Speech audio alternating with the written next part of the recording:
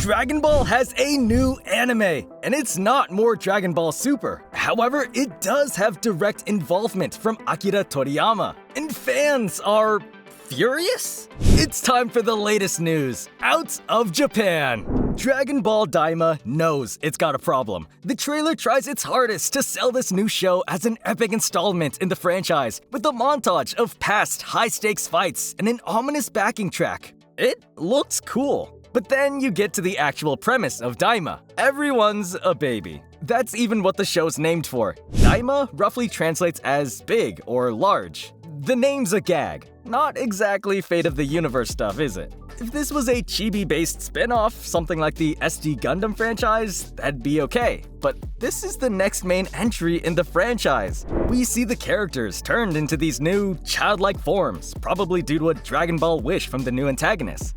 This is where Dragon Ball is going. It's the next canon part of the story. Fans are not happy.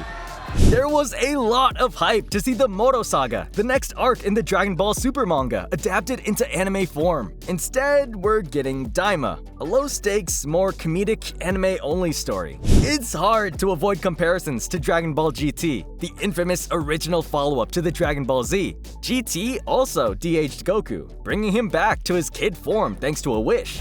This ended up killing the franchise for years. Daima's repeating that plot beat again, only amping it up to de-age the entire cast. Even more comedy than GT is the sort of phrase that will give older Dragon Ball fans nightmares. But, well, there is a pretty obvious reason this idea would appeal to series creator Akira Toriyama. It's the same reason the team de-aged Goku for GT: nostalgia. While American fans are more familiar with adult Goku, this 40th anniversary celebration is for the original Dragon Ball manga. And in that, Goku was just a kid. This is a chance for Toriyama to give Goku back some of that feeling of youthful innocence and enthusiasm. We've even seen him fighting with the power pole again. All we need is a return of the flying Nimbus and Goku will be fully back to his old self. Even if the world has to move forward, it gives fans a chance to connect to the older stories. We get one more dose of original Dragon Ball before we move on to whatever comes next.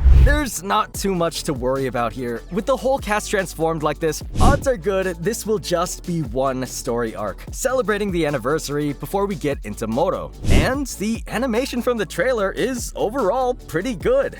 While there's plenty of angry folk, there are still fans looking forward to Daima, hoping the show will end up being enjoyable. For now, we can only wait and see just what Toriyama and his team are cooking. Either way, it's always good to see a much-loved show keep going despite the odds. Perhaps with the Hunter x Hunter manga coming back, that anime might get a revival too.